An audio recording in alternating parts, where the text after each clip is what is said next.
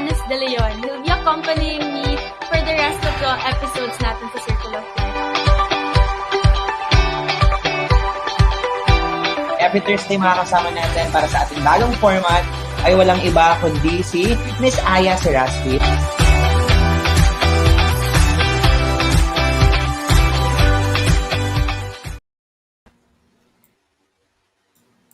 Ayun, hi guys! Welcome to Circle of Life. Actually, you probably know me already. Ako po si Lyza Balita, and ayun, I've been doing Circle of Life since before pa. But we have a new face with us today. We have Anton Avellana. Introduce yourself. Good afternoon, everybody. I'm Anton Avellana. I'm currently filling in for the position of Sir Janus po, but I'm joined here today by the person who invited me, si Lyza Balita. Ayan. It's So nice to see you actually, all. guys, ayun, so si Anton, he's actually my blockmate kasi si Ninong Janus, if hinahanap niyo po siya now, ano siya, he's currently in an awarding ceremony on behalf of my dad. And ayun, so, yan, napilit ko si Anton para meron naman akong kasama makapagdaldalan with you guys here today. So, ayun, sa mga bago sa Circle of Life, welcome. Dito, we talk about learning, living, and loving. And I hope you guys are excited about all our segments as much as Anton probably is yan super. Yeah, this is my first time. Yeah, nahila ko siya mag-host. So, ayun, blockmate po, parang ano kami, we're actually second year nursing students from UST, and ayun, he was one of the blockmates ko na hindi ko man super naging close. All our interactions were like super duper spot on. Alam mo yung impulsive, like random daldalans lang. But ayun, thank you so much for the people sending diamonds. Ayan, so, ayun, shall we start with our first segment? Ayan. So for our first segment, we have Behind the Brand. With us today is one of the super duper prettiest owners I've ever seen. Ayan, and I hope you guys get to know her more through our program. Ayan, may we welcome to the virtual stage the owner behind Taki Yummy. Ayan. Hi, Miss Karen. Hello po. Hi, good afternoon po. Hi! Na-pressure naman ako sa prettiest. Hello po. Nice to virtually meet you. Ayan. Walk us through po your brand. What is Taki Yummy? So, Takiyami is a takoyaki business, as you can see on my logo. So, it's a takoyaki business. So, our goal is to satisfy your cravings for takoyaki. Okay. So, yeah, so a little background of my business. So it started October 15, 2021. So ano lang siya, dahil lang siya sa cravings ko din. Because I was craving for takoyaki, and nung naghahanap ako ng takoyaki na mabibilhan dito sa Mindoro, so I'm currently located in Mindoro, wala siya, hindi available. Walang nagtitinda ng takoyaki anywhere. So I decided na why not, since gusto ko siya, ganun ko siya kagusto ko, ganun ako nagki-crave, I started my own business. So ayan, and then fast forward 2021, I have 8 branches. Ayan. Sobrang exciting, you know.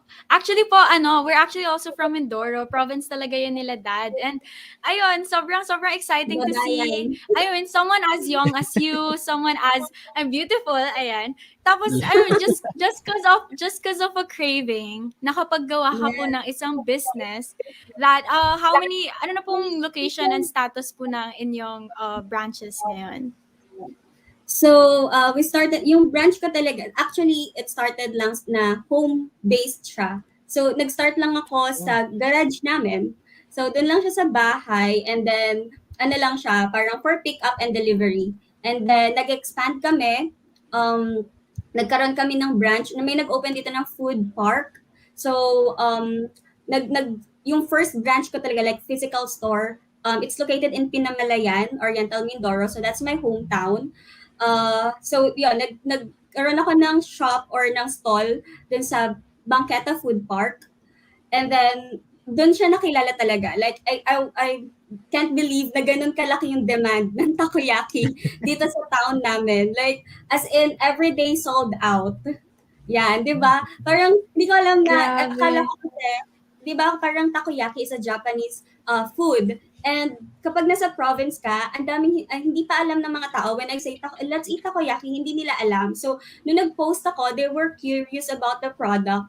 And then when they taste it, hindi ko akalain na ganun kalaki yung demand and ganun nila tinangkilik talaga yung product ko. So everyday sold out, and then ang dami nagtanong na paano mag-start, kung open for franchising, o kung franchise ko din ba siya. So it's my own brand. I created the brand, I created my own product, yung mga ingredients and all. So ang dami nag-inquire. So yan, I decided na open siya for franchising. And then, una kong franchisee was in Bansud, Oriental Mindoro. Actually, hindi siya physical store talaga eh. Parang owner siya ng milk tea shop. And wala siyang food na in-offer.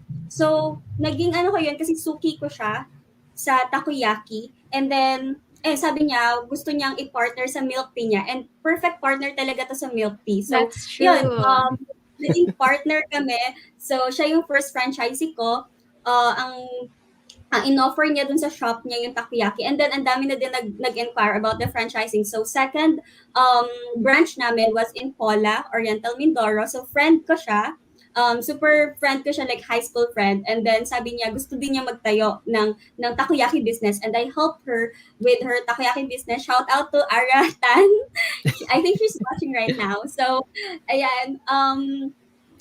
Nagtayo siya ng takoyaki store sa bahay din lang nila. And I don't have anything against dun sa home business talaga. So, sinuport ko yung friend ko na, sige, okay lang na dyan sa bahay. And ang ganda ng setup niya. Like, nag-setup lang siya na parang, tag dito, yung tela, na kinabunan lang yung garage.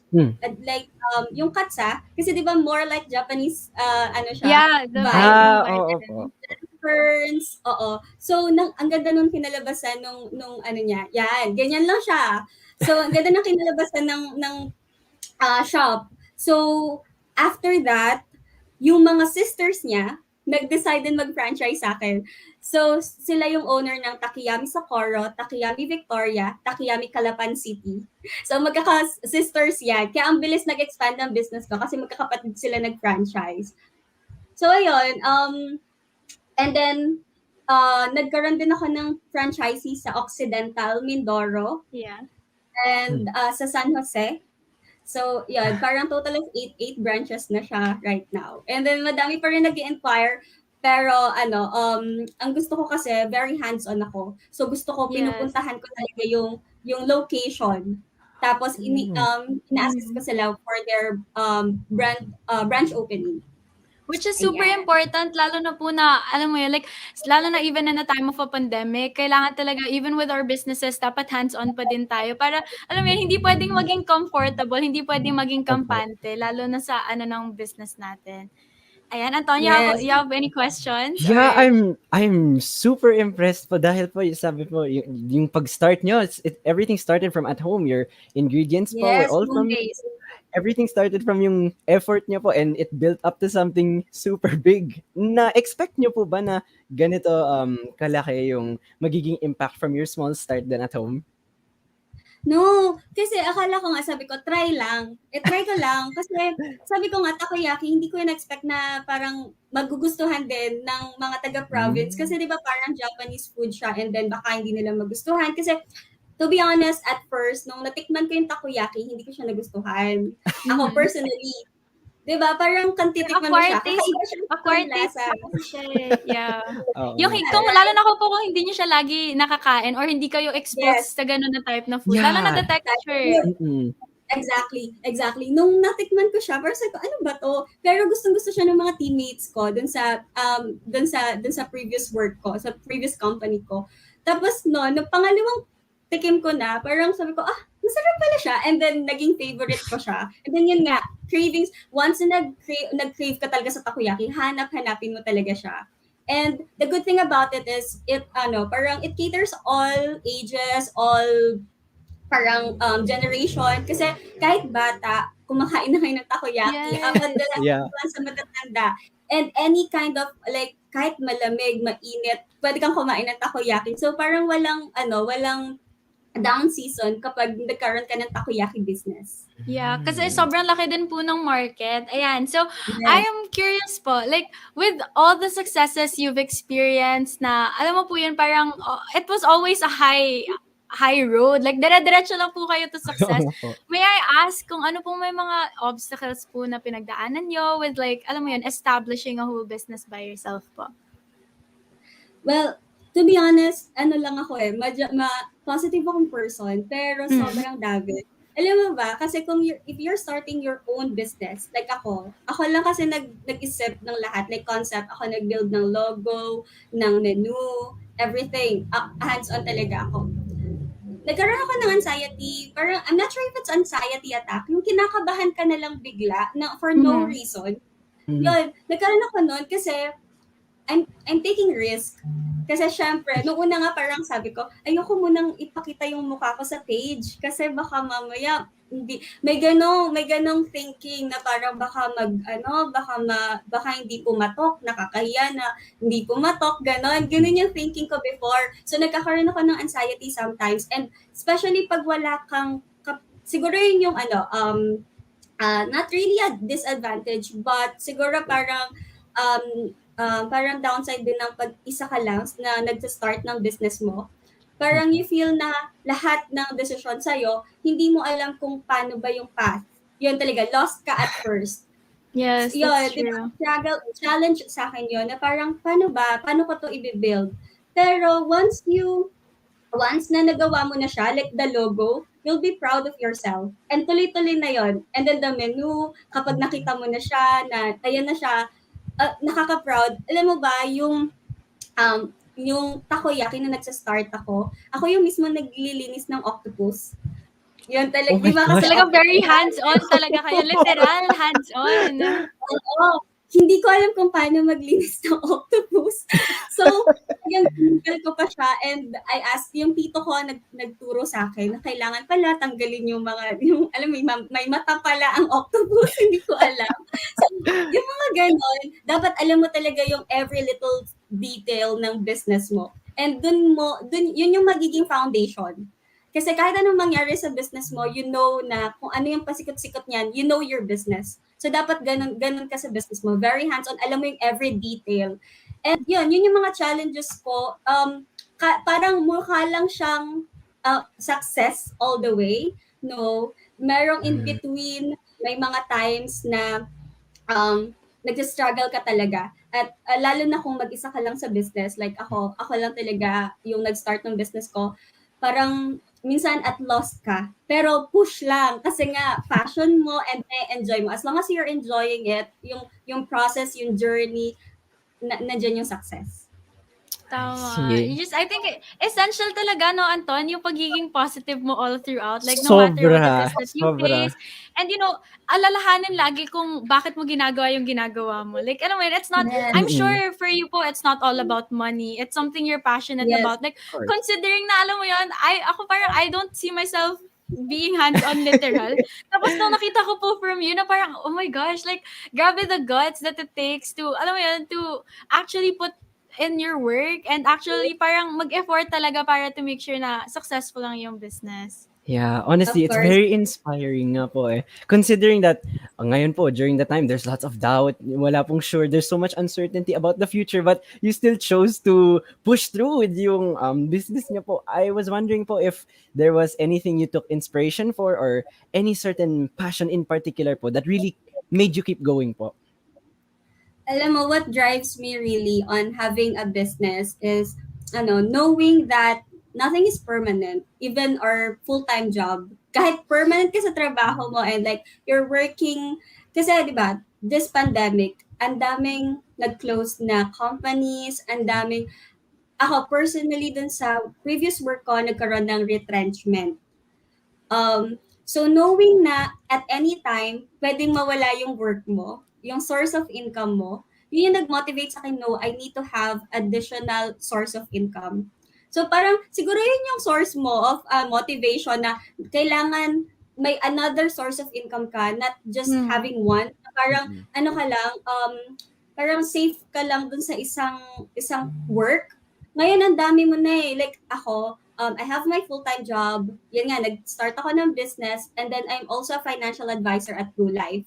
So, hindi talaga, wala yung word sa akin na busy ako hindi ko to kaya, or Yeah. dapat, or okay na ako dito, may work ako ganyan. No, parang for me, ang daming time. Alam mo yun, if you love what you're doing and if you want what you do, madaming time. Kaya mong gawa Yes. ng time. So, yun yung motivation ko na I want to be productive every day. Parang nasasad ako pag wala akong na-accomplish today. Anong dapat kong gawin? Parang ganun. Minsan na-alarm ako, bakit hindi ako productive today? So, parang yun, motivate yourself. Dapat yung motivation nasa sarili mo siya. Hindi mo Yes. siya No, wala akong actually, motivation. I agree po talaga. Yeah, kasi ano po, may thing po na tinuro sa akin yung dad ko before. Like, there's a difference between motivation and inspiration. Ang motivation, you found it with yourself. You found it in the purpose of what you're doing. Basta nakikita mo yung value ng ginagawa mo.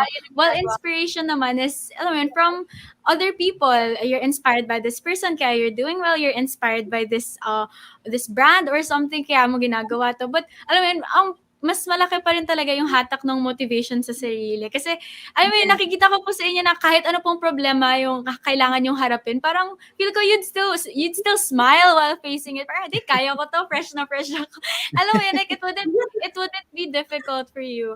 So, ayun, is there anyone that, like, helps you with yung business niyo po? Or, like, at the moment na parang, or is it just a one-woman team? Like, yung behind po ng business? Well, at first, ako lang talaga siya. Kasi parang ayoko, alam mo, may may tendency ako, nahihiya akong mag-reach out sa other people kasi parang feeling ko ino-istorbo ko sila. May ganun. I'm not sure if some of you can relate to that, na parang as much as I can, kaya ko muna, ako muna. So, minsan nahihiya kasi ako na magpatulong kasi baka mamaya may masabi sa akin. May ganun akong attitude. Yeah. Pero, I realize, if you're starting a business, don't hesitate to reach out. Kasi, you're not, parang siguro kung hihingi ka lang ng tulong na, can you help me with this, ganyan. If wala ka namang parang nasasagabal or anything, lalo na sa family mo, don't afraid to reach out. So, yun ang natutunan ko. Right now, my family is helping me with my business. So, minsan kapag wala ako sa bahay, since 8 branches na nga, pag wala ako sa bahay, my sister, I just ask her na, hey, shout out to Andrea Mocling. Shout out because I think she's watching that. So, siya laging yan sinasabihan ko na please prepare yung supply for pinamalayan, for bansod, for pola, ganyan. Siya yung nagpe-prepare ng supplies, and then yung current partner ko, tinutulungan din niya ako sa pagpapak. Hindi kasi ako organized na tao. Yun yung weakness ko. Hindi ako organized na tao. Siya super organized. Yung partner ko, super organized niya. So, tinutulungan niya ako sa pagpapak. So, yan. Katulong ko din siya. So, and then yung tito ko, si Tito Rodel, natuwa ako sa kanya kasi kahit hindi ko naman siya binibigyan ng something, siya talaga nagsabi sa akin na, Neng, kailangan mo ng tulong, tulungan kita dito, samahan kita dito, ganyan. So, yung family ko talaga, sobrang thankful ako. Nagkukusa na talaga yan. Yes, kasi hindi ako nagde-depend sa kanila na parang, oy, business ko to, tulungan niyo ako para sa atin din naman to Parang gano'n. No way. So, parang natutuwa kasi sila talaga yung tumutulong na. I see, sobrang galing naman po. And considering sobrang headstrong po ng personality niyo to think that it started off independently and it ended up here. Speaking of, ended up here po, do you have any plans for the future kahit after sa pandemic rin po? True. Because it looks like this is going to lead to somewhere big. Yes. So actually, if you're a business-minded person, ang daming ideas na papasok talaga sa'yo. And especially if your business is growing, ang daming ideas niyan. Lalo na ako, yun ang nagiging struggle ko right now. Ang dami kong gustong gawin sa buhay. So, minsan, ini-stop ko yung sarili ko na ano ba talaga yung goals mo? Ano ba yung plans mo? So right now, ang iniisip ko is to expand my business and create another product. I'm currently developing new products dun sa business ko. Like, but related to Japanese food. Kasi dun na siya nag-start and my brand is Japanese. So like tempura, sushi, ganon. Ayun. I Okay. love, Okay. oh my gosh. Same, So, same po. sobrang, favorite ko actually na type ng food is Japanese. Like, I don't know, there's just something that's, so, ano kasi sila sobrang fond ako of like textures, lalo na po sa food. So, alam mo yun, yung kahit from simpleng breakfast ko, kailangan may sabaw, kailangan may crunchy. Tapos, alam mo yung Japanese food, like they have spam musubi na meron kang something meat na sauce. Yes. And then you have something crunchy, which is the seaweed. Ayan, parang it's just sobrang exciting lang knowing na, alam mo yun, lahat ng gusto natin ng food, talagang nare-reach ng business niyo po. And I love the idea of expansion, innovation. Ayan. We really should not settle for where we are right now. Oh, I think Yes, and nag-end ang tayo, tao, nagkakaroon ng echo. I'm not sure if which end siya. We're having echo. Ayan, I think, or are we still? Ayan. Nag-echo yata siya. Narinig niyo po ba? I Okay. don't hear you. So, ayun. There is daw, sabi ng tech team natin. So, if mayroon lang kayo pong device na I think it's from your end po, Miss Karen. Yes, so, there. I think, naka-live ka po ba sa other device? Are you... Okay na. Okay, I think it's not, probably na naka-loudspeaker lang. So, ayun, yeah, wala na. Okay. Yeah. Okay, we solved Okay. the tech issue, which is hindi na iiwasan kapag nasa online platform tayo, you know. Yeah, It's normal. definitely. But ayun, basta sobrang nakaka-proud na, alam mo yun, Filipino girl. How old are you po? If it's okay to ask. If it's okay to ask. Oh, ano po, I think your audio, hindi ko na siya narinig. I think you're muted. Mic test. Ayan. We're trying to, naka-mute ka po ata, yes.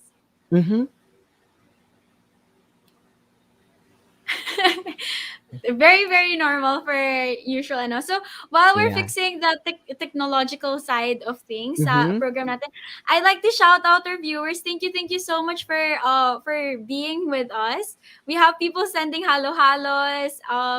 Ayan, thank you for the support. Kendra711 po mention po. Hello po, shout out to you. Raharjo 2310. Hello po. Barad Bowards, shout out to you. I hope you're doing well.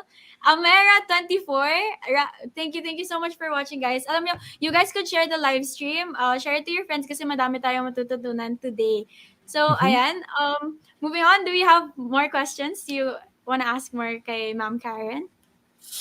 Yeah, there was something that I've been meaning to ask about the business po, and you said po dahil you're taking it to somewhere more in the future po.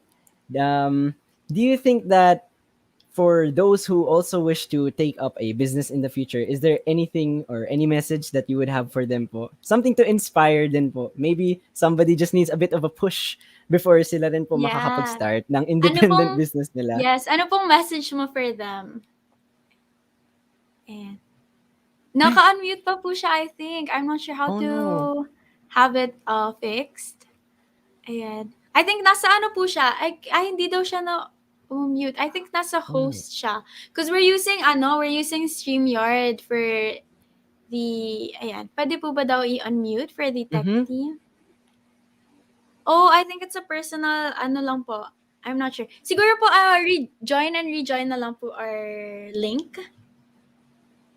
Yan, yes po. Okay, so, ayun, Anton, that was very insightful. You're a natural at this. Can I just say? Thank you. Oh my God.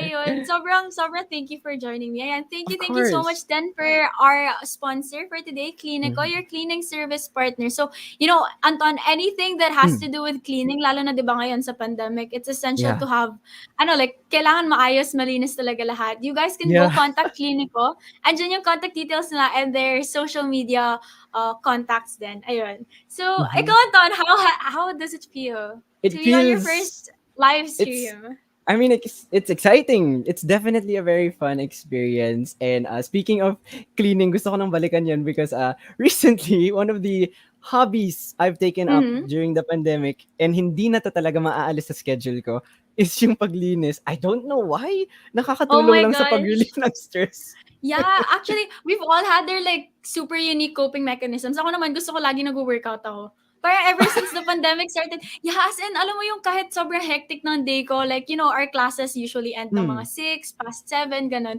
Alam mo, pipilitin ko pa rin na kahit before dinner man lang, mag-workout lang ako ulit. I just relieve stress. It's my alone time, ganun. Ayun. Nakakainggit rin naman. I was supposed to start working out rin. Yung problema Mhm. lang, I mean, Discipline. siguro katamaran ko, Yeah! which is a That's big actually, part of the problem. yeah. Actually, I just recently came from a program kanina with UST Mm. IELC, yung engineering, Oh, industrial engineering ng UST. And I was able to okay. host an event for them. And we had like a lot of speakers. And alam mo yung mga Mm. pinag-uusapan nila, like one of the topics Doc Robert, he's a Mm. UST alumni. Yeah. Ano Okay. siya, ang title ng speech niya was Why Starting is the Hardest Part of Everything. Which is, alam mo yun, parang, it makes so much sense. Kasi sa atin lahat, Yeah, it takes a few days to build the habit. And alam mo that's yun, parang true. That's true. mahirap to get, it's hard to get discipline. And it's hard Mm-mm. to stop procrastinating. Ikaw, what hobbies have you explored, lalo na nagsimula ating I pandemic? explored well, other than my new favorite, which is yung cleaning. Nga. Yeah. Recently I've gotten the chance to explore more artistic stuff like music, Mm-hmm. music Yeah, making. I heard! It's not something that I thought I would get into so quickly, but I had a lot of help coming from a friend from a higher batch who taught me Mhm. everything I needed to know about music. Would you And wanna after shout that, out that special song? sure. Puwede na ba natin siya Um, i-shout out? pwede ko ba i-shout? I'll shout him out. Yeah. His name Okay. is RJ Kosiko for teaching me Mhm. everything about music, and my inspirations, Sean and Coco, for being the best bandmates. Mhm. Ayun. Sobrang Ah, alam mo, you guys, actually, since may mga some of you that, first time niyo palang makikita si Anton. Anton, once again, is my blockmate from UST College of Nursing. nice to meet And you. alam mo, do you guys know we recently just had our nursing week? Tapos Anton won champion for yung what event did you win ulit, Anton? La Lyrica songwriting Mhm. competition. Yeah, he performed everything by himself, and you wrote the song, you produced it. Ikaw Mhm. ikaw din ba yung nag-mix? Yeah. Ako rin yung Ayun, nag-mix. parang sobrang sobrang alam mo yun, nakaka-inspire knowing that, maybe it's not something that you usually do. Probably first time mong magsulat ng song, or like you probably were you writing songs beforehand, or was that your first time? Um, I don't think I've ever written a song Yeah. officially to be posted. Yeah. And I think that's the first song I've ever finished. Finished. That's Oh, the first song that I've finished yeah. and written. Actually, I can relate. Like, alam mo yung it's not always that starting is the hardest part. It's getting the discipline to finish everything. Yeah, right. Yeah, I've written so many songs, pero alam mo yun, just the process of, alam mo yun, making chords for it, recording it, Yeah. editing. It's like sobrang tedious na process niya na hindi mo alam kung you Mm-mm. really wanna go into all of Yeah, that difficulty. especially and not just in music, especially when you have lots of time to like pick up many different things. But if you leave Yes, it at that's being picked true. up, it's not really gonna go much more unless you let it or Yeah. allow it to. So that's really, really tough. Discipline is a big key. I guess it's all part of Yeah. yung mindset, Ren. Yeah, Growth that mindset. is so true. That's so true. Ayan, we have a comment from our Facebook live stream by John Apon. Wow, ang pogi ni Anton Avellana. What do you have to say? What do you I got would to like say? to shout John Apon out as well. Shout back to him, and I think shout you back, also have. shout back He's to him. he's one of my best friends, and I'm happy that you're watching, and I hope you're enjoying because It I is hope your that first everybody's time. having It is yeah, your it's my first first time. time, so I hope And everybody's having a good I time. and I hope your experience is medyo smooth sailing ang ating Oh show for yeah, today. definitely. Yeah, I think we could have you as a regular. I think I'm enjoying this. I mean, it's Ayun. fun. Why not? Yeah. Maybe. Actually, my favorite part about hosting is I get to Mm. explore parts of me na hindi ko pa na-explore before. Like, alam mo yun, there are a lot of conversations that happen when you're hosting, and then alam mo yun, parang you just get a little bit more insight, different perspectives na you never Yeah. thought you would. Ay, you discovered a new part of yourself now. You're into live streaming pala. So, why not explore, alam mo yun, other hosting gigs? Baka naman, Anton. I think our audience would agree. You're doing pretty well for a first timer, Thank huh? you. And thank you so much for inviting me, by the way. I'm Exciting. sure that even though it's my first time, I really hope that it's I'm being able to match your level of Yeah. confidence No, and I mean, energy. you're a natural. You don't need training. You're a natural. Okay. So, ayun, moving on to our next segment, medyo ngayon pa lang babalik ang ating behind the brand. Mhm. Ayun, we're gonna call in now Ma'am Verlin. I'd love for you to meet her. I'm pretty sure you'd love her a lot. So, Ma'am Verlin, Okay. pasok na po tayo sa ating virtual stage. Okay, Ayan. hello. Hello po, Ayan, Ma'am Miss Ma'am Berlin. Berlin Francisco, meet Anton, one of my blockmates. Si Ma'am Berlin, she's like, Hello po. ang tawag namin sa kanya, tropa ni Rizal. You'll find out later, admirer ni Bonifacio. Ayan, ang pambansang chismosa. Ayan. So, ano pong baon niyo for us today? Ito, itong topic na 'to since birthday siya 'no, ngayong sa Tuesday kaya wala tayong pasok. Ay, Okay, so yeah. tignan natin An- ng medyo mas malalim na pagtingin 'no, sa pananaw ng mga kabataan na kagaya niyo, ang ano ba talagang essence ng pagpupunit niya ng sedula? Kilala niyo na ba siya? Nagpunit ng Andres sedula? Bonifacio. Kaya, Mhm. kaya ako na naalala kasi Bonifacio Day is coming. Yeah, Mhm. nasabi ko. Pero pero anong tingin niyo sa pagpupunit niya ng sedula? Anton, do you Mm. have Hmm, mahahalata yung ano ko, yung weakness ko. history? History Yeah. ba? Yeah, oh my gosh, Dave. Yeah. I suck at memorizing things. Pero that's why it's such an honor for me to introduce to you si Ma'am Verlin. Sobrang galing niya magkwento. When she teaches history, she delivers it in a way na parang she experienced it firsthand. Tapos parang nakikipagchikahan Ay, lang siya. grabe. Yeah, Oh, you're that's really gonna nice. enjoy this. So, Sige, it ang sounds like input ko naman with the cedula, feel ko parang siyang sign of rebellion, sign of awakening, revolution, ganun. So, ano Yan. po ba ang talagang sinisignify ng pagpupunit ng cedula? Kasi itong sedula, ito nga, ako rin mismo nagtatanong ako kay Andres Bonifacio, ba't naman kailangan pa kasi magpunit-punit? 'Di ba? Para isipin mo, sa panahon ng revolusyon, no, sa lahat ng nagrevolusyon sa buong mundo, ang Pilipino lang ang nagpunit muna bago nagrevolusyon, 'di ba? Kumbaga, yung revolution natin parang intrams, may Mhm. opening number bago magsisimula, 'di ba? Kaloka 'to si Yes. Andres. So ang sinisignify doon nitong pagpupunit ng sedula kasi ang sedula dati ay kino-consider na national ID. So hindi ka puwedeng lumabas ng bahay na wala kang sedula.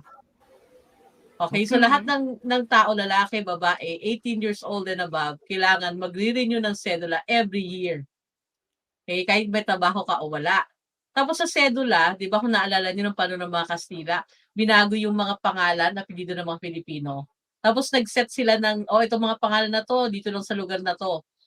Kaya 'pag nakita nila yung sedula mo at ang apelyido mo'y Bautista at nandito ka sa Quezon City, 'no? So sasabihin nila na, "Oh, ba't nandiyan ka sa Quezon City, hindi ka dapat diyan, dapat nasa Cavite ka kasi yung Bautista dun yan sa lalawigan na yun."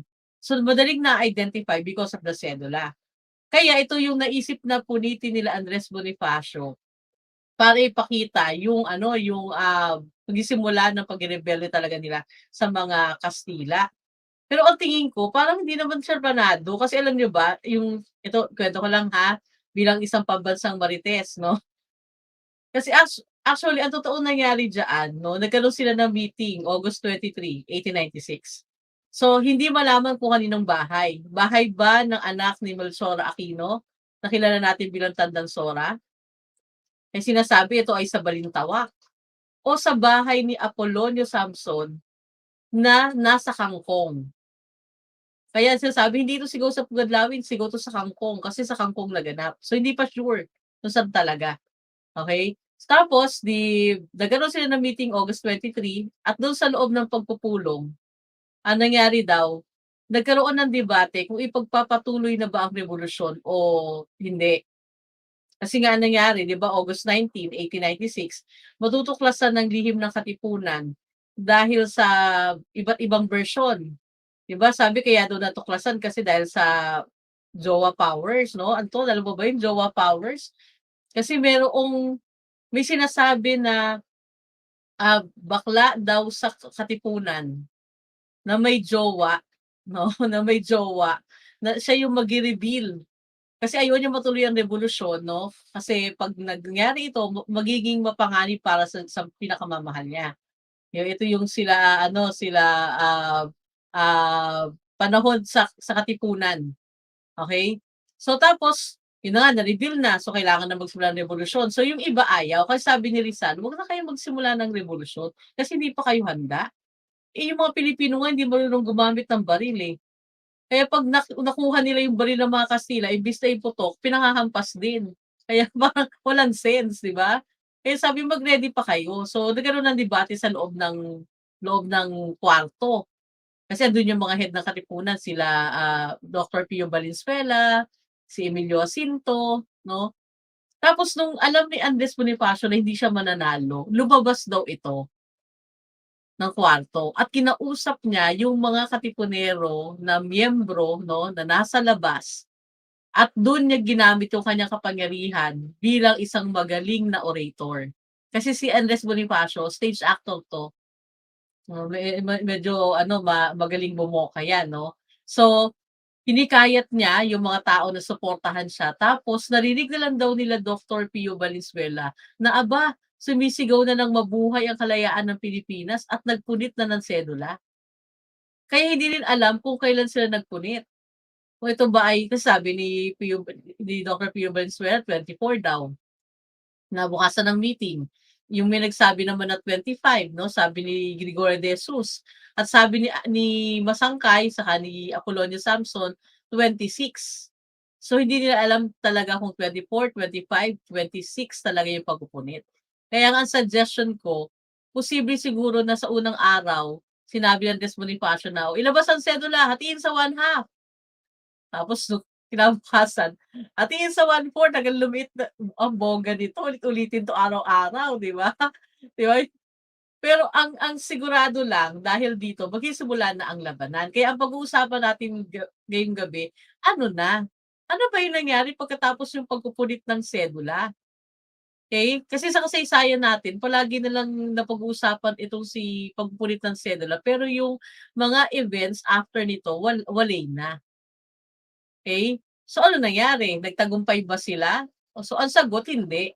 So nung panahon ng revolusyon, lahat ng battle na ang leader ay si Andres Bonifacio, lahat nga. Lahat talo, 'di ba? Okay? So sa palagay niyo, Anton, Ma'am Liza, sa palagay niyo bakit kaya hindi naging matagumpay ang leadership nitong sa laban, 'no? Baka tayo maka-quote na ibang historian ng mga pro Bonifacio. Diyos ko, nagpapatayan yung mga istorya na Bonifacio at Rizal. So pagdating sa laban, walang pinanalo si Andres. Sa palagay niyo bakit kaya? Ano lang, guess lang. Ano, Anton, you have a guess? Sige, huhulaan ko. I think dahil po sa difference in tactics. Hindi po ba? Ayun, difference daw in tactics. Ako feel ko, alam ko, parang he just didn't wanna decide kung anong gagawin. Ay, indecisive. Yeah.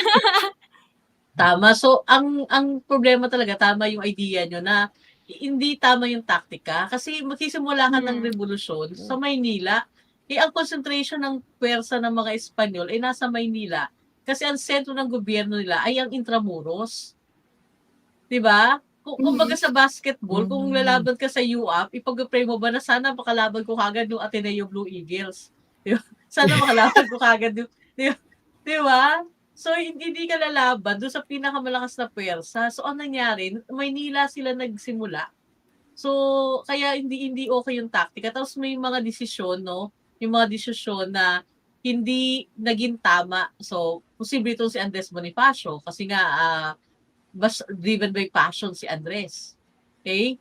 So, kaya nga naisip ko, siguro kung nagkita itong si Mabini at saka si Bonifacio at nagkatulungan, at siguro kung si Rizal buhay at nagkatulungan, mababago yung takbo ng revolusyon. So, at mangyayari pa, mag-aaway yan. Kasi itong katipunan, habang lumalaki siya, nahahati siya sa mga paksyon.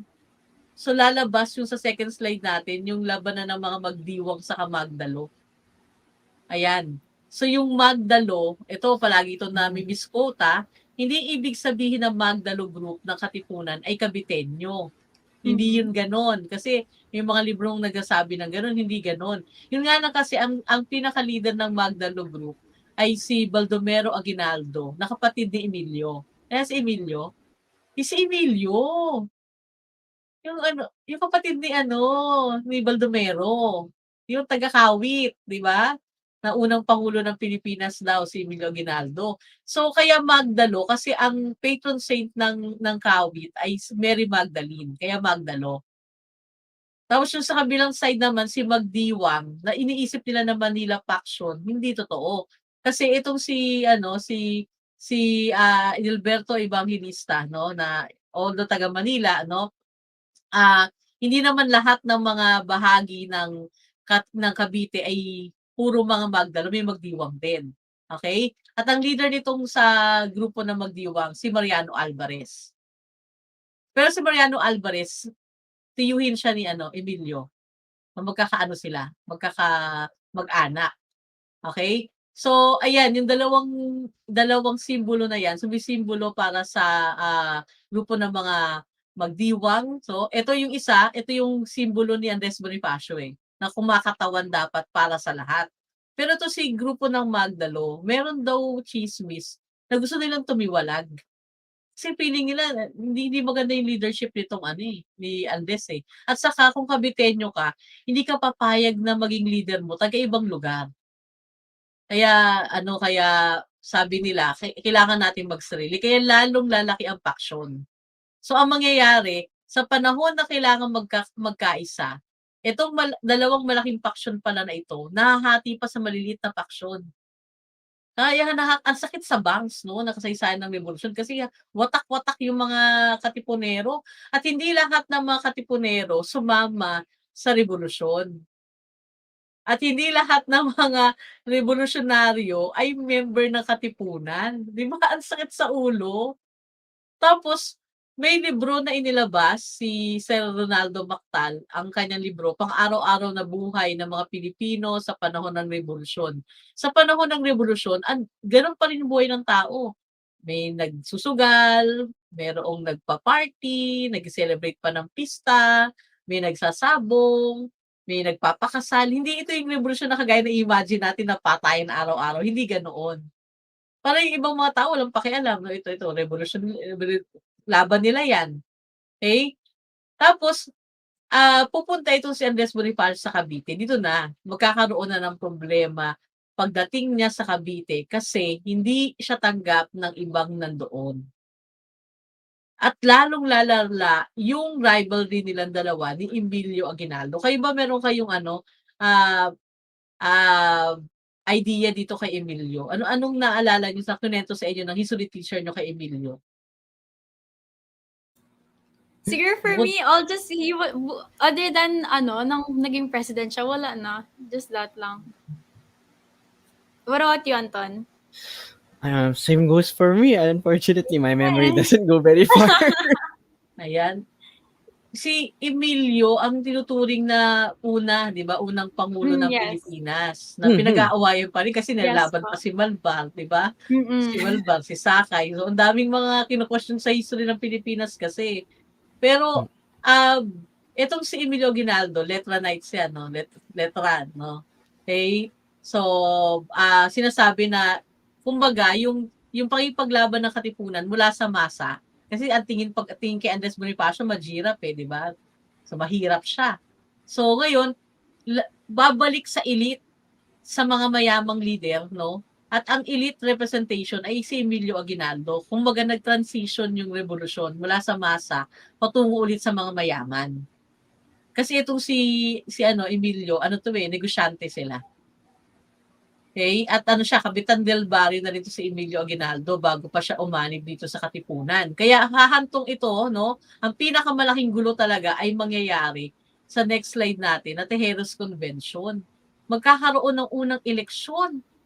At ang malala dito, Ma'am Lyza, Sir Anton, alam niyo ba, magkakaroon daw dito ng dayaan. Even sa panahon noon, merong dayaan pa din. Oh my God. May dayaan. Kasi yung kasi sa meeting na to, naalala ko maaga kami gumising, may meeting daw eh. Ako naman, ano ba to, di ba? Di punta kami doon sa Tejeros nga.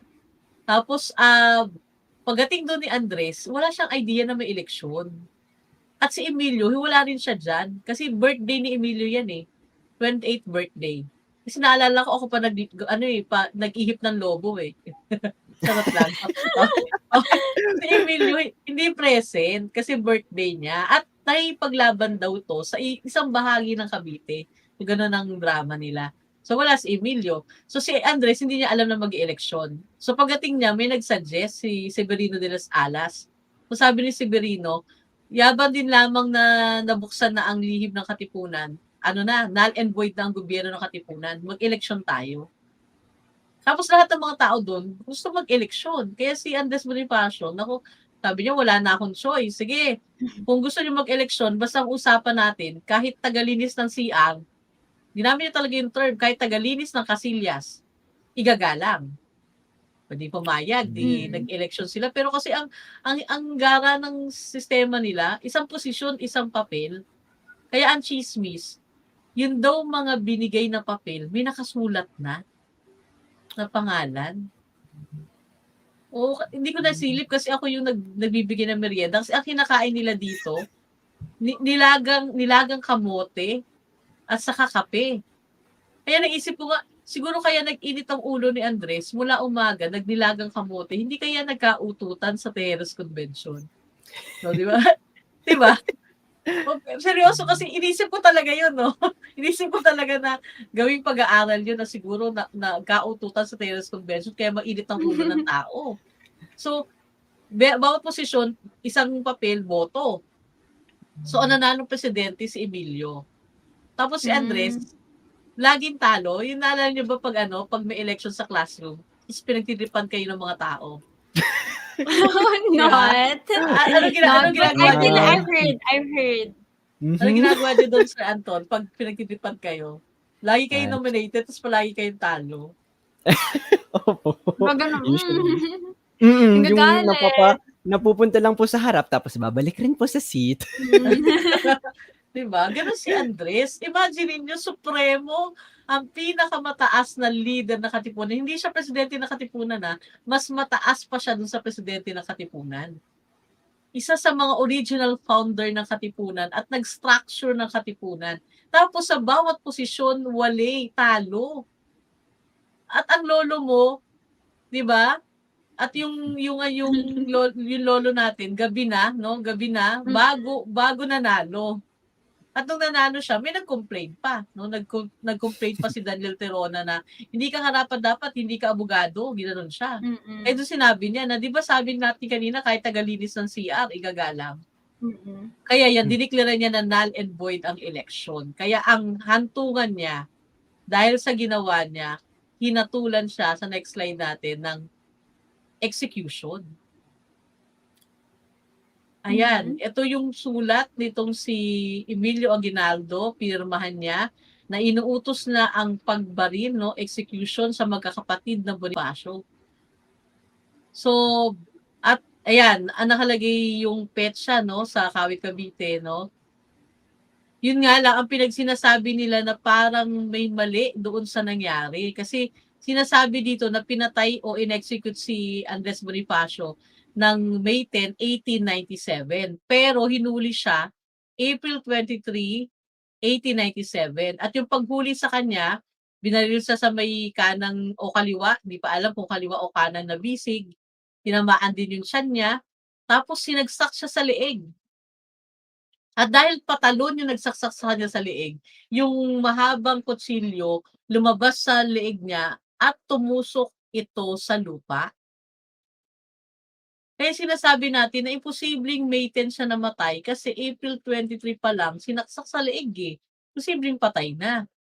Tapos yung kanyang asawa pinaiwan sa kwarto, tapos si Colonel Intong daw ninakaw lahat ng gamit niya, wedding ring, pati nail cutter.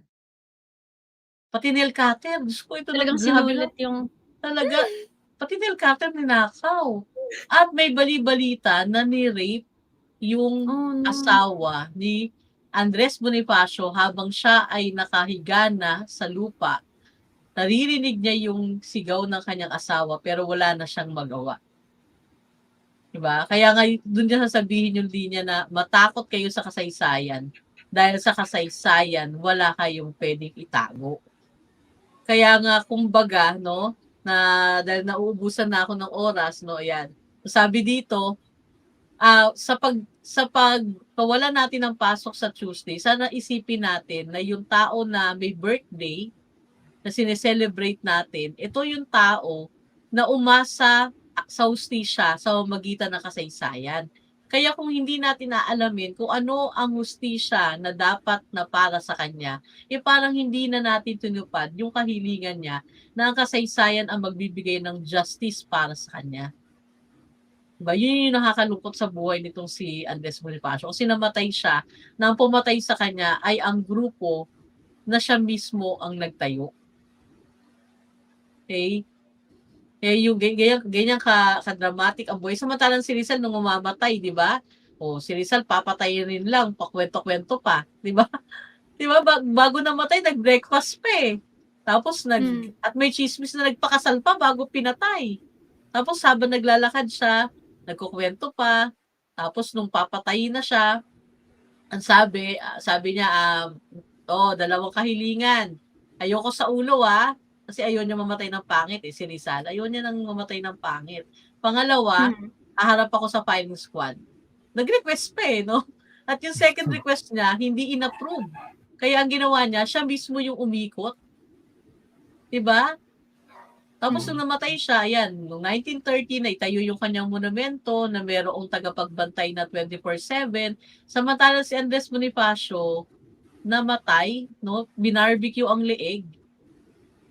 Tapos ngayon, merong ibang mga tao na hindi pa rin siya binibigyan ng justice yung kanyang kamatayan. Kasi nga ngayon yung buto niya, hindi pa rin nahahanap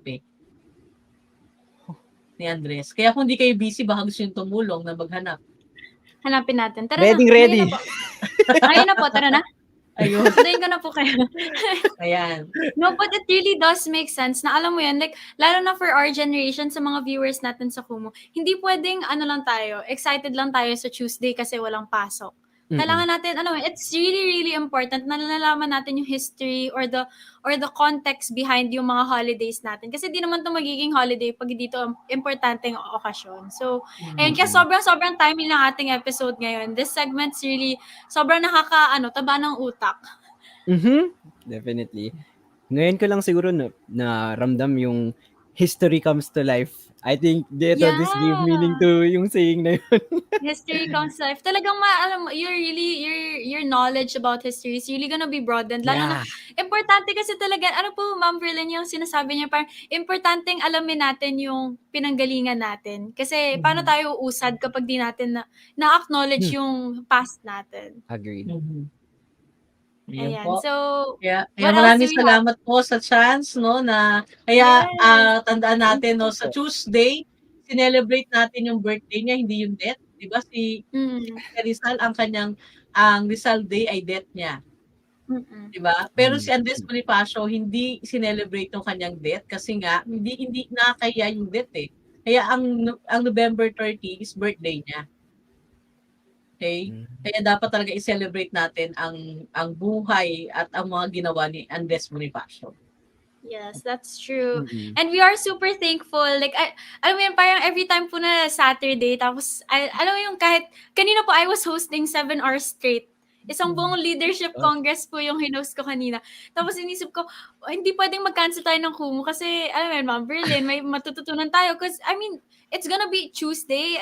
Parang Tuesday, meron tayong holiday. I mean, we're not gonna have classes. It's, whole Philippines would have no work or something like that. Pero, hindi natin alam kung bakit walang pasok. Andres Bonifacio. Okay, Andres Bonifacio. Okay, ganun lang. Hindi man lang yung importance about him, like how he died, why he died, na tinraidor siya. So, kaya super duper favorite ko tong segment na to kasi talagang we learn a lot from Ma'am Berlin. And as my first time po experiencing yung segment po na ito, I am very thankful po to be able to join and learn a lot. Sobrang, this is a very insightful experience for me po. I hope po, maybe kahit not as a host, mapapanood ko rin po ito because I think it's a very, very educational. Tapos sobrang nakakatuwa lang rin po kayong pakinggan, Miss Berlin. Sana naniniwala ka sa akin, Anton. Of course. Sobra kasing pachika lang yung ano niya. Usually kasi po, pagka history professor yung naisip, parang, alam mo yun, it's tedious stories, kanya na hindi nabibigyan ng importance kung bakit kailangan namin malaman yung past. Ngayon po, pag ikaw po kasi nagkwento, parang first person, na-experience mo po talaga pagpupunit ng sedula, ikaw nga po talaga umihip ng balloon kanina. I mean, parang, alam mo yun, talagang the whole process. And, if final pang-closing natin ng ating History Diva segment. Dahil po incoming na ang Bonifacio Day, sa mga viewers natin nakakapasok lang, how would you summarize, like in a few sentences, kung ano po yung dapat alamin ng ating audience tungkol kay Andres Bonifacio? So, si Andres Bonifacio ang supremo ng katipunan. Buong buhay niya, inalay niya para sa bayan. Yung pinakamataas na level ng pag-ibig sa bayan, siya yung author nun, no? Okay? So, maari yung idea niya ay galing kay Jose Rizal kasi nga avid fan to ni Rizal eh. Kaya hindi ko alam kung naging crush niya si Rizal o baka naging sila, di ba? Kasi talagang Rizal na Rizal yung mga idea nito ni Andres Bonifacio. So, dapat natin alalahanin na ang katapangan niya ang naging dahilan kung bakit na patunayan natin sa mga Kastila na kaya natin lumaban. No? Kaya bigyan natin sila importansya. Ayun, I love that. And I hope our audience, sa mga bago pa lang dito sa Circle of Life, sana naman may natutunan kayo sa segment ni Ma'am Berlin. And I'm sure na na-enjoy nyo din ang pagkwentuhan natin sa segment na ito. Thank you so much po, Ma'am Berlin. Thank you, Ma'am Berlin. Thank you. Bye-bye. See you next time. Ayun. So, we have Ma'am Karen back. Nagkaroon tayo ng little technical difficulties kanina. So, kung pwede, yan. Hello po. Welcome back. It's been a while. Welcome back po. Long time no see. Hello po. May audio na po ba tayo? Ayun. Yes. I'm using my phone na, so kaya medyo vertical ako. Okay, that's okay po.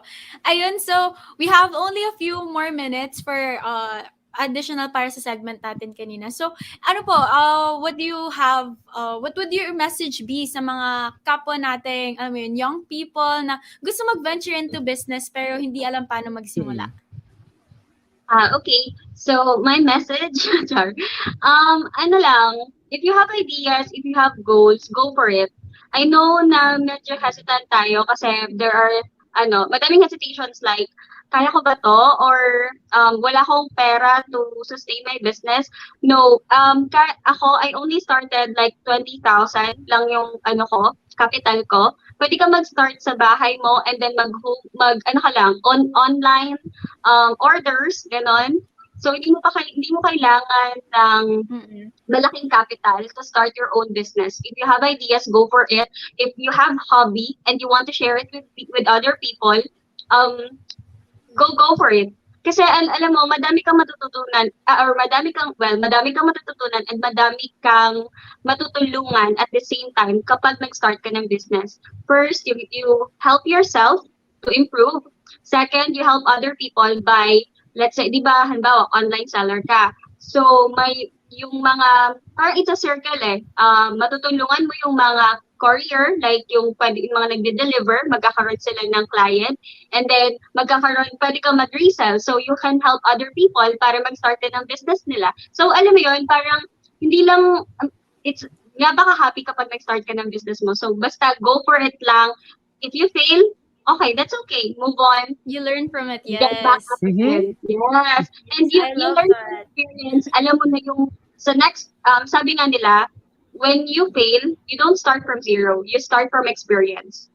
Diba? So, if you fail, okay lang. Kasi may natutunan ka na sa previous experience mo eh. So, get back up again. And then, hanggang ma-reach mo, you'll look back, parang it will come a day na you look back and align na narating mo. Kahit matagal, pero align na narating mo. Yun lang. Ayun. That's what about you, Anton? Do you have any like questions? Gusto mong sabihin kay Miss Karen on behalf of our viewers? Hinihintay ko po yung pag-expand into yung sushi business niyo po. Aabangan ko po yun. Yes. Road trip kami ni Anton papuntang Mindoro. Yeah. Tatanungin ko, pupunta ka ba Mindoro? We'll set. Don't Why worry. not? Basta it's super duper exciting and inspiring, and I'm sure viewers would agree na nakaka-inspire po talaga ang story niyo. Like, knowing na ayaw niyo nagiging dependent, gusto niyo po like, alam mo yun, ikaw po yung hands-on sa business mo, which is super duper essential, lalo na gusto mong makitang lumago tong enterprise na to. And we are looking forward, I agree with Anton na, we are looking forward to yung expansion niyo po and other sorts of future businesses and ventures that you're willing to explore po in the future. Yes.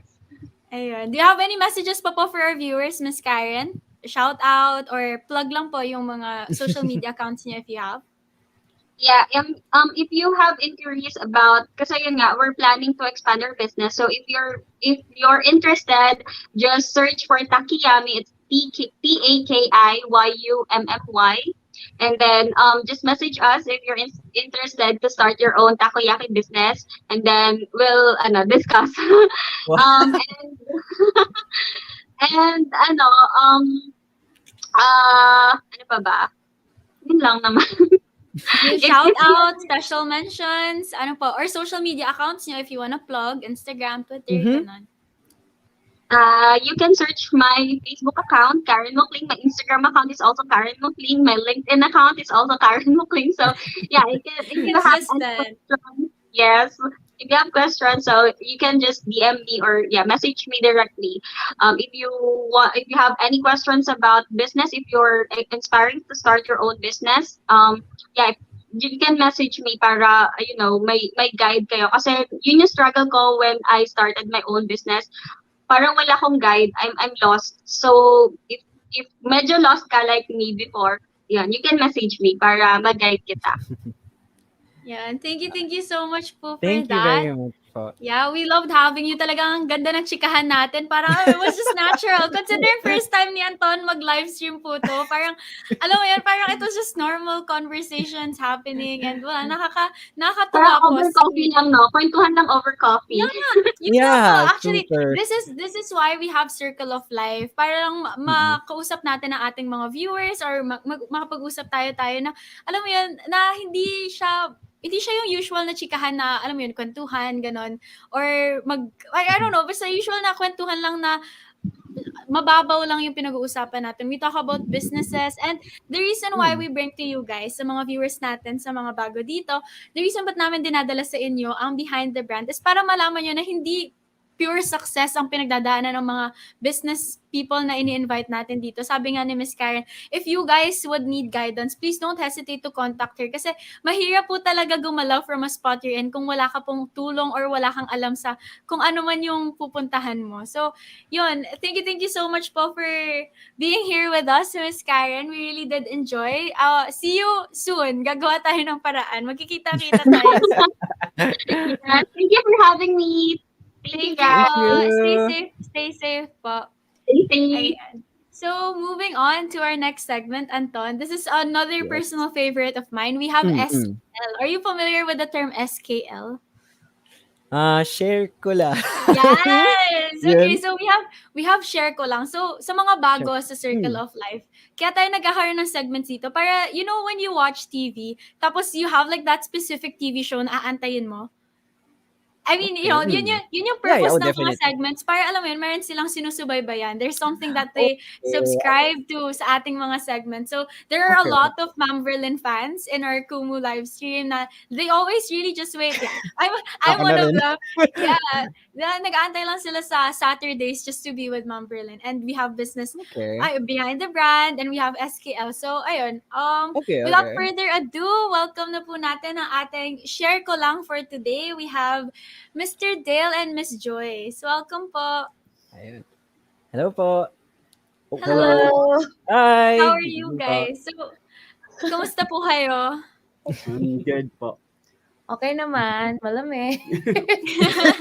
Where are you guys? Saan Free. po kayo? Nasaan po kayo? Currently we're in the state of Alaska. Oh, that's very far. I was like, hala, baka naka-aircon lang sila. Hinaan Ako rin lang. eh. Actually, it's Okay. like negative Negative 30. 33 outside, so we have a heater under the table, but it's still so Oh my cold. gosh. Oh my gosh. So how is it there? How's COVID there? How's the pandemic? Yeah. It's kind of like really not really very serious, unlike before. Kasi we're like resuming to face classes. Oh, okay. Yeah, Okay. we're just wearing masks in the classroom, and then most of our kids were also vaccinated last week. So I think it's pretty good. The numbers are also Safe dropping, na. so Mm. I Yeah. think I it's a good see. thing too. That's Okay. really good to hear. Yeah, I hope good you to guys are hear. doing well. So, ano pong baon niyo sa amin na share ko lang for today? Ano ba? It would just be anything random. That would Maybe like literally maybe the celebration for Thanksgiving, right? So Oh yeah. yeah. Before that, we would just like to share that Mr. Dale is actually one of the lecturers also in Carl Balita. And Miss Joyce. Yeah, we are both Oh, lecturers. I think that's That's the reason why we're also why. invited.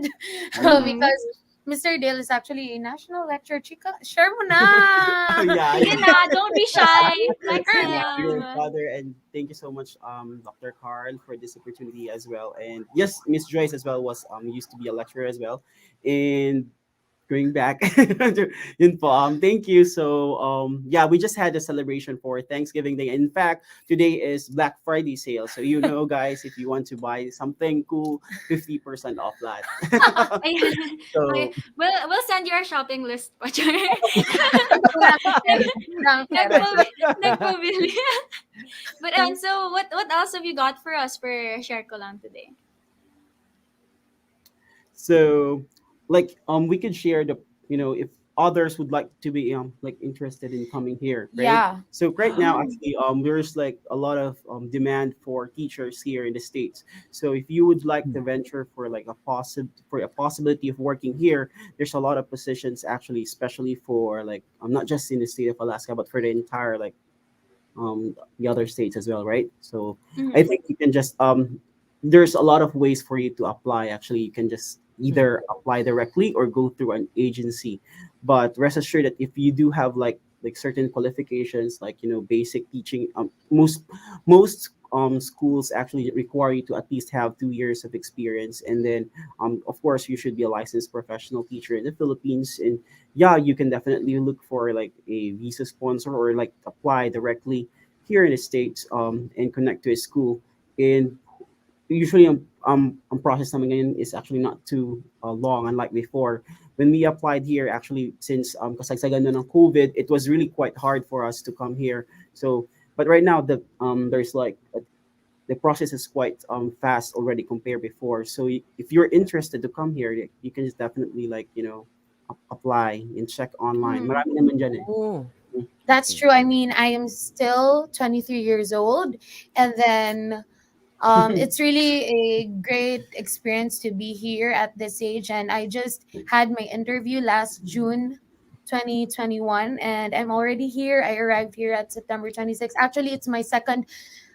Actually, kahapon, like exactly 2 months na ako dito after kong dumating. So, Oh. thinking about having the interview done in June and just being able to fly at September, it's quite a very quick process. I think the Yeah. waiting for the Wow. embassy interview just was the longest one, like around a month or so. But apparently, hindi naman pala talaga siya parang sobrang far-fetched dream or something that you wouldn't be Mm. able to Hmm. Madali achieve. siyang gawin to reality, which is Yes. something Yeah, I hope our viewers could agree with. Like, lalo na ngayon sa panahon ng pandemya where we're just surrounded by so much negativity. Like, That's we hear bad news about we have government issues, we have environmental issues, and we have a freaking pandemic we're all facing. Mm-mm. Like, it's a super duper good idea to, think positive and see, like, there yes. are opportunities knocking at your doorstep, Yeah, and you guys should exactly. usually take them. Ikaw, Anton, you have any questions for them regarding Yes, Alaska, life in Alaska? I'm so curious. I've never been to Alaska, but I have been to the States po before. Uh-huh. Um, I would just like to ask po, how long have you been staying po ulit in Alaska since you left? yeah, this is my second year here in the state of Second Alaska. year. Okay po. 2 months. 2 months. Yes. Two.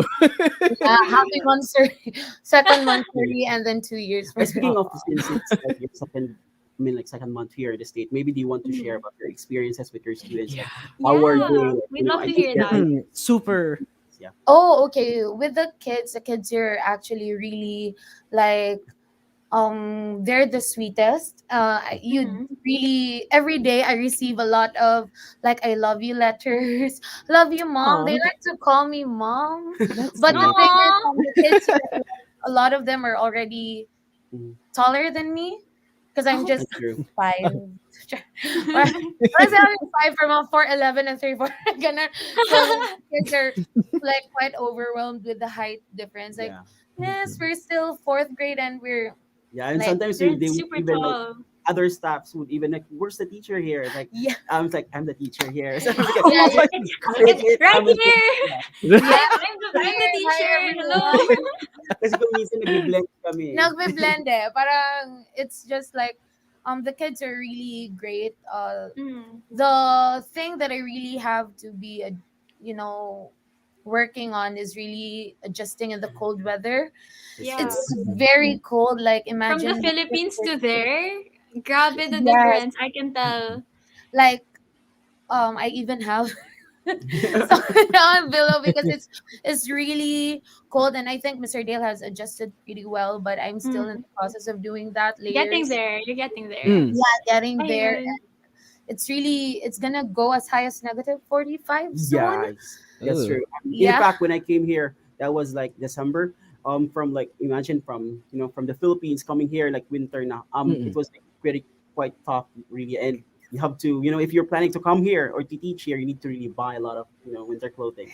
Yeah, like But of Yeah, course, I can you can just tell. definitely buy it and purchase it here naman kasi mura lang siya. and I think one of the challenges is that naalala dyan sa Pilipinas, 'di ba, pag may bagyo or parang pag malamig, parang sana walang class or parang walang Oo. parang sarap pag humiga. Like, as a student, I've been there and here it's like every day. Yeah, kahit may ano pa diyan, ano ba? Height na ng snow yung housing mo, like Oh you my would still need gosh. to go to schools like nor snow like postponement of classes here, patuloy pa rin. Yeah, tuloy pa rin ang buhay kahit malamig, 'di ba? Yeah. Ah. Joke lang. Kaya you have to have something that keeps you warm. Yeah, and who keeps Oh you my warm? Warm gosh. clothes. No.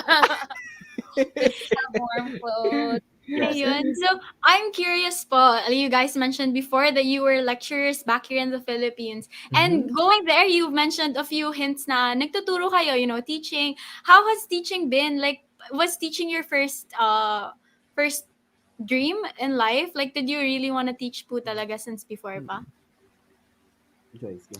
I think for me it's really like when I was in high school, I was inspired by my mom to be an accountant actually kasi may accounting classes na kami sa high school and then my brother also took up accountancy, but eventually when I was in fourth year high school we had like a tulong dunong program in like in an Ateneo school in Cagayan City, if you're familiar with Xavier University.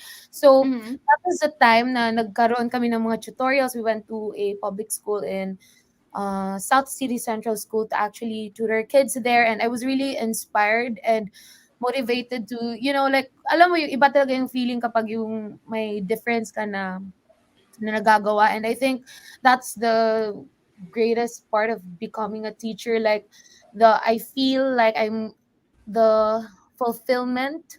Parang hindi Yeah. siya mabilis. Mhm. You don't get, satisfied at the end of the day, but the end of the year, things change. Your children grow with you, and they they just achieve a lot of things through your aid. And I think nothing is more, priceless than that. So I think that's why I took up education, and now I'm here. How about you, Sir Dale? Personally, I was like, ako yung parang tipo na take this course because your parents want you to have this, like that. Mm-hmm. Initially, my parents wanted me to take to proceed in law, so I would like to somehow kumukuha ako ng pre-law ng mga courses. But there was actually like a turning point sa life ko wherein sa classroom namin during like I was like in fourth year, and I had a classmate who was like having a learning disability, and I was like very close to that person, and I was like trying to help that person always. So and then I realized that, you know what, I think there's like a better calling to me.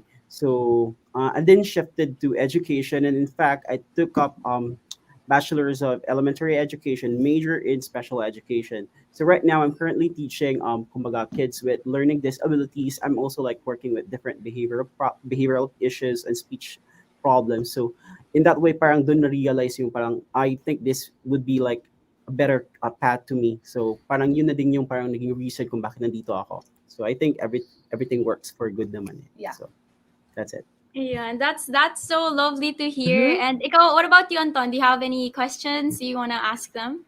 Yeah. Did you nasabi niyo po that you were lecturers back here in the Philippines. Did you know po that in the future at some point you would be teaching there in Alaska po? Or did it just occur to you Was it a suddenly? vision? Was it a vision to be in that Mhm. specific country or to go elsewhere po? Um, Initially, actually, there was kumbaga, wala talagang intention, but um, it was then like like it was there was like an idea for us to grow professionally because recently I just in fact finished my Alaskan studies here in one of the Mm-hmm. universities in Oh. the states. So basically, by teaching here as well, you get an opportunity as well to grow professionally. So yun ang isa sa mga reasons kumbaga That's great. why Mm-hmm. I decided to teach here. So I could grow professionally, and once I'm like somehow like ready as well, I'll be able to teach and return the things that I've learned here from in the states go to the Philippines. So at least makatulong din ako sa iba. So that's one of my main reasons why I decided to Okay. teach here. Mm-hmm.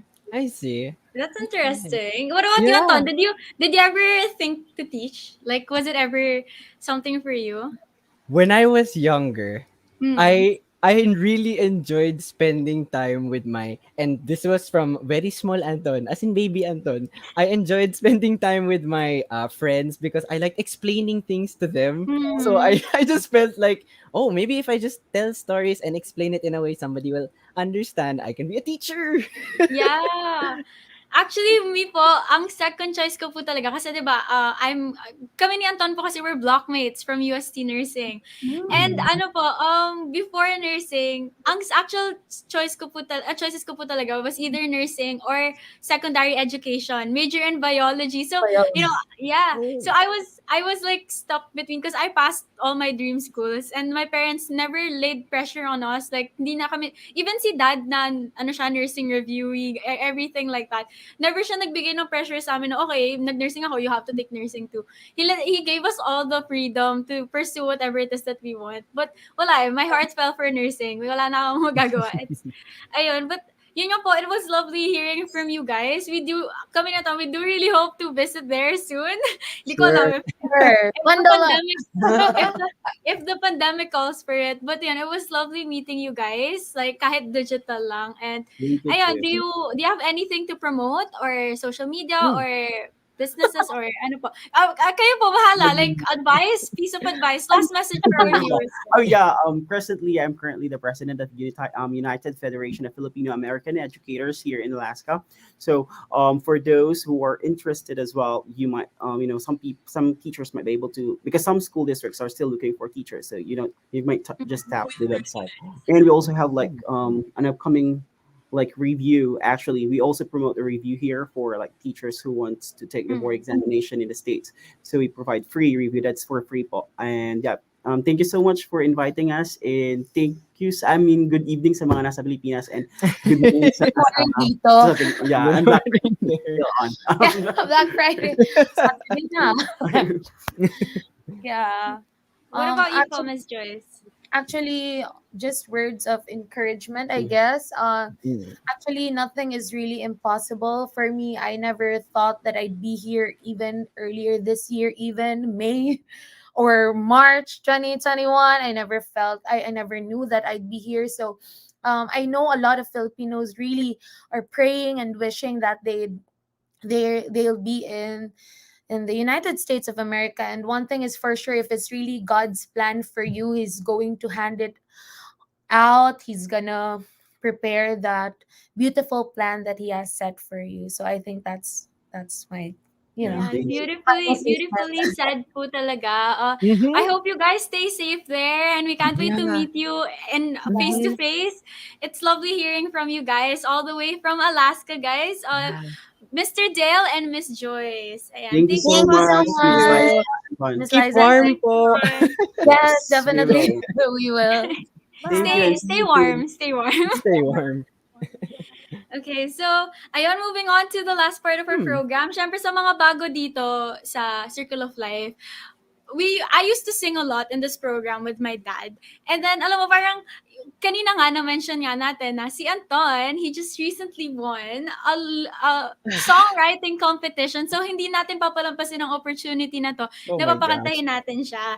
And, but before anything, do I sing first or you wanna sing first? Sige, I'll go second. Okay. So, ayun, we have a few minutes left and we'd like to take this opportunity to sing for you guys. So, mga bago dito Mhm. sa Circle of Life, welcome. I am Lyza Balita and I'm joined by... Anton Avellana, thank you for Ayan, and having we me. do hope that you guys have been enjoying so far. Sa mga kakapasok lang, welcome. We're about to end the program, but we will be live Thursdays and Saturdays, 5:30 p.m. to 7 p.m. And for sure, next time, sasali ko pa rin si Anton. Okay, so, ayun, this song, I dedicate to a very special someone, Char. But a very special someone, and it's been stuck in my head the whole day. And, ayun, so this is, I Guess I'm in Love by Clinton Gain.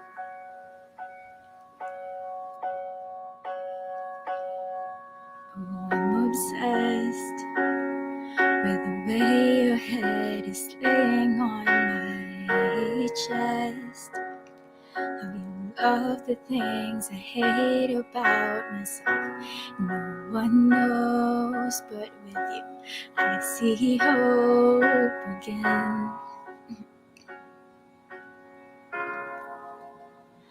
Oh, I'm a mess when I overthink the little things in my head. You seem to always help me catch my breath. No one knows, but with you, I always see the end. And why do I get so nervous when I look into your eyes? Butterflies can't stop me falling for you. And darling, this is more than anything I felt before. You're everything that I want. I didn't think I'd find someone who was worth the wait of all the years of my heartbreak. But I know now I found the one I love. And I love the way you can never find the right things to say. And you can't sit still an hour in a day. I'm so in love, let's run away, because us is enough.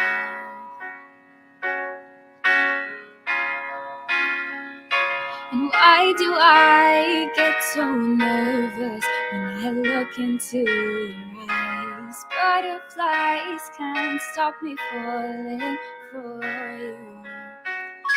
And Darling, this is more than anything I felt before. You're everything that I want, but I didn't think I'd find someone who was worth the weight of all the years of my heartbreak. But I know now that I found the one. Come close, baby, let me be home for everything, in good or bad. I know it's worth it. Oh.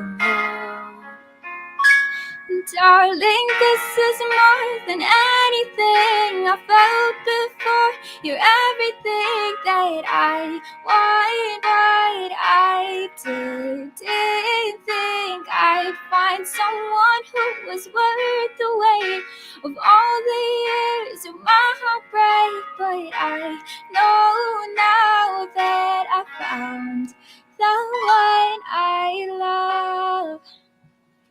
There you go. And actually, it was too low for my vocal range. Pero wala, I just decided to push through kasi feel ko hindi ko ma-reach yung high notes. I've had a very exhausting day, but I did enjoy singing for you guys today. So without further ado, wala natin Oh my patagalin pa. I know gosh. you guys are waiting for this moment as much as I had been. Anton Avellana in the flesh performing for you guys. So take it away. Okay, thank you, Liza. I too would like to dedicate this song to somebody who's watching right now. Let's see if I can sing this properly though. Okay. I haven't had practice today, so I'm sorry in advance, but let's go. No worries. You got this. Okay.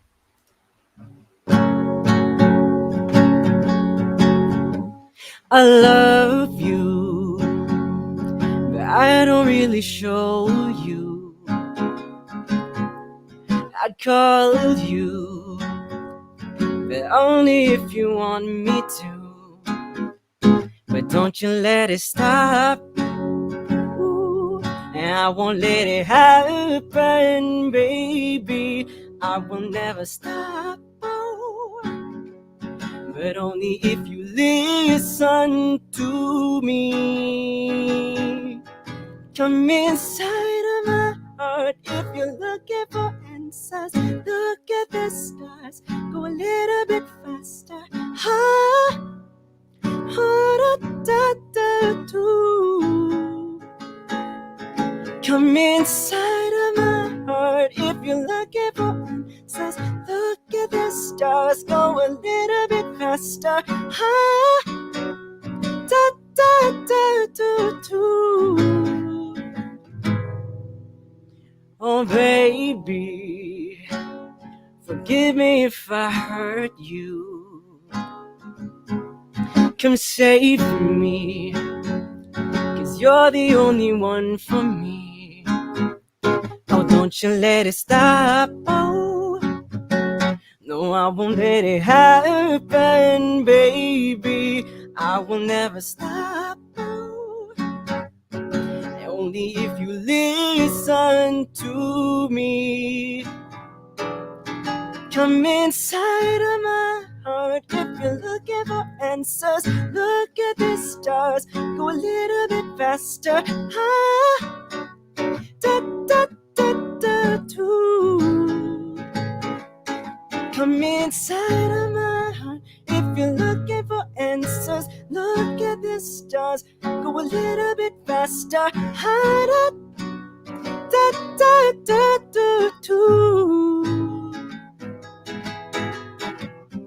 Whatever happens to me, baby, I'm sorry. No one could ever go my way. I love you, but I don't really show you. Come inside of my heart if you're looking for answers. Look at the stars, go a little faster.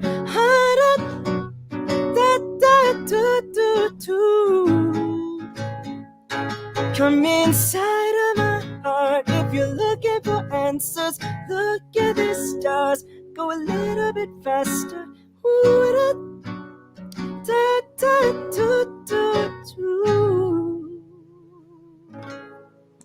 Oh my gosh, that was so good. I'd be looking forward to all your future endeavors, lalo na pag-hosting. Baka naman. You have a lovely voice, Anton, and I had so much fun with you today. So, time na tayo sa Kumu. Do you have anything to promote? Do you wanna say anything to our viewers? Last message? I would just want to say thank you for everybody who watched, and thank you for Kumu and Liza. Thank you for inviting me. It was a very fun experience. Thank you to the one person in the audience, and I hope everybody had a good time. Bakit? Anyway. Ayan. So, we do hope that you guys had a good time. You will be seeing us live 5:30 to 7 p.m. Tatry kong higitin si Anton once again for our next episode. So, ayun, you guys stay safe, stay hydrated, don't skip meals, and vote wisely in the upcoming elections. Bye, guys. Take breaks Good night. when you're tired. Good night. Good night.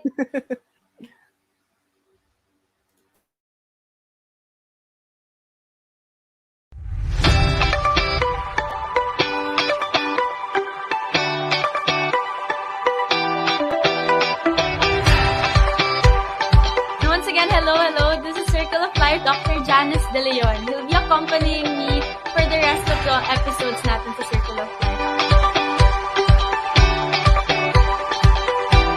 Every Thursday makakasama natin para sa ating bagong format ay walang iba kundi si Miss Aya Seraspi.